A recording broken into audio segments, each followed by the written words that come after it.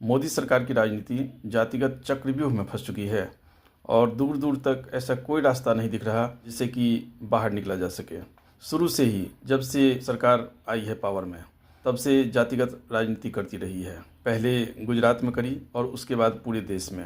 सरकार को ऐसा लगा कि हम पुराने ढर्रे की राजनीति जैसे कि कांग्रेस करती थी उस तरह से हम करते रहेंगे। सरकार को ये याद नहीं रहा कि जो पुरानी सरकारें थी वो भी इसी तरह की राजनीति करती थी और मोदी सरकार ने अपने आप में कुछ भी परिवर्तन नहीं किया। सही मायनों में देखा जाए तो भारत में लोग जातिगत राजनीति से त्रस्त है। यदि कोई व्यक्ति यह कहता है कि किसी भी राज्य में जातिगत राजनीति नहीं होती है तो ये बिल्कुल गलत है। कहीं पे कुछ ज़्यादा है और कहीं पे कुछ कम है या किसी दूसरे तरह की है, उसको आप कम करके भी नहीं आंक सकते हैं। और यही मोदी सरकार करती रह गई अभी तक 11-12 सालों तक, और कुछ ऐसे नई सोच को नहीं ला पाई जो ये बताता कि मोदी सरकार एक अलग तरह की राजनीति करती है जिससे कि लोगों में विश्वास पैदा होता। शुरू में जब मोदी सरकार आई तो उनको वोट मिला था विकास के नाम पर, जाति के नाम पर उनको वोट नहीं मिला था। और अंत में इतना मनोबल सरकार का बढ़ गया कि यूजीसी कानून लेकर के आ गई, जो कि कुछ जातियों के साथ एक दोहरा मापदंड था एजुकेशन के क्षेत्र में।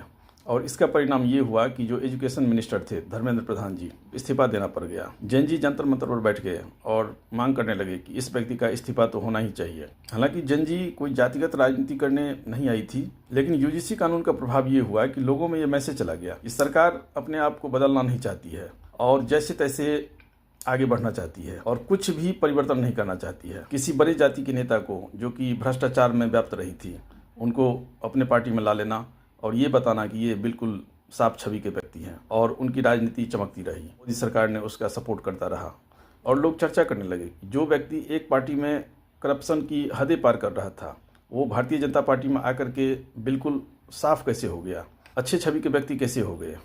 ये सोचने पर लोगों को मजबूर कर दिया गया और मोदी सरकार से लोगों का विश्वास घटने लगा और बहुत सारे ऐसे घटनाक्रम हुई जहां पर कि मोदी सरकार पर उंगली उठाया जाता रहा है। जैसे किसी भी मामले पे जो कि मोदी सरकार के अगेंस्ट में बोले, उसके विरुद्ध ईडी सीबीआई को छोड़ देना, ईडी से जांच करवा लेना। यदि देखा जाए तो वर्तमान सरकार में बहुत सारे ऐसे व्यक्ति हैं जिन पर कि मुकदमा चल रहा है और मोदी सरकार में शान से मंत्री पद पर बैठे हुए हैं और अपना काम कर रहे हैं, उनको कोई छूने वाला नहीं है। सरकार की छवि ऐसे बनाने की कोशिश की गई, इस सरकार से बेहतर कुछ हो भी नहीं सकता है। यानी कि ये सरकार जो चीज़ कर रही है वो सही है और बाद बाकी जो चीज़ कर रहे हैं वो गलत कर रहे हैं। सरकार ये भूलती गई कि ये लोकतंत्र है और लोकतंत्र ने उनको कुर्सी पर बिठाया है। इसी का अंजाम हुआ कि लोग सड़क पे उतर आए और अंत में मंत्री को इस्तीफा देना पड़ गया। सरकार की किरकिरी हो गई और ऐसी किरकिरी हो गई जो सरकार मुंह दिखाने के लायक नहीं है। प्रधानमंत्री और गृह मंत्री पार्लियामेंट तक नहीं पहुँचे। जब पहुँचे तो मानसून सत्र को समाप्त कर दिया गया वंदे मातरम गा करके।